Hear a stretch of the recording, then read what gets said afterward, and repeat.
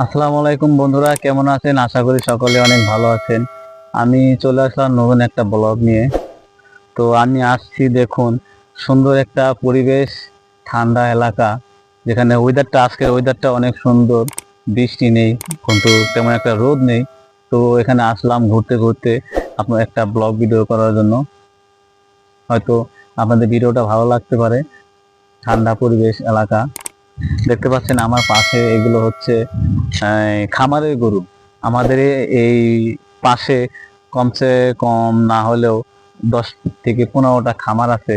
এই খামার থেকে এই গরুগুলো, এগুলো বাছুর, আর এগুলো বাছুর গুলোকে এখানে ছেড়ে দেওয়া হয়েছে ঘাস খাওয়ার জন্য।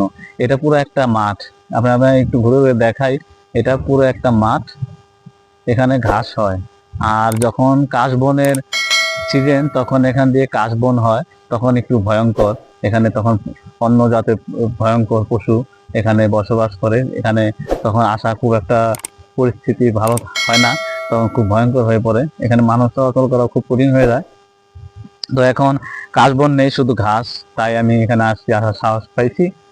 হ্যাঁ, এবং কি আপনাদেরকে ঘুরে ঘুরে আমি ভিডিও ভিডিও করছি এবং ভিডিও দেখাচ্ছি।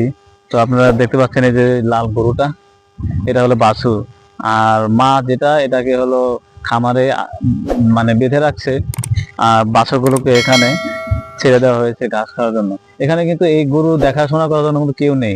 এখানে শুধু কিন্তু আমি একাই আছি, আর কিন্তু কেউ নেই। আবার যখন সময় হবে সন্ধ্যার আগে, এই যে রাখাল, গরু যে পালে, যে রাখাল, সেই রাখাল এসে এই গরুগুলোকে নিয়ে আবার, বাছুরগুলোকে নিয়ে আবার তার যার মায়ের কাছে পৌঁছে দেবে।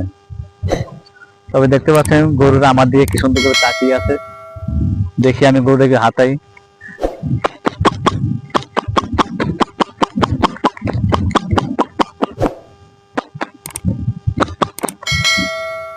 গরুটা দেখতে পাচ্ছেন, এই যে গরুটা আমাকে দেখে একটু ভয় ভয় পাচ্ছে। ভয়, যেখানে ভয় আমি পাবো, সেখানে গরুটা ভয় পাচ্ছে। আমি তো গরুকে দেখে ভয় পাচ্ছি, কিন্তু গরু আমাকে দেখে ভয় পাচ্ছে। এটা উল্টো, এটা গরুটা খুব একটা এই ভীতু টাইপের, মানে খুব একটা না, সাহসী না। তো আমি আস্তে আস্তে আর কাছে যাই, গরুটা একটু আমি ধরার চেষ্টা করে দেখি ধরতে পারি কিনা, কিন্তু ধরতে তো পারছি না। আমাকে দেখে দেখে দেখতে পাচ্ছেন গরুগুলো সব চলে যাচ্ছে, আমাকে দেখে গরুগুলো সব চলে যাচ্ছে।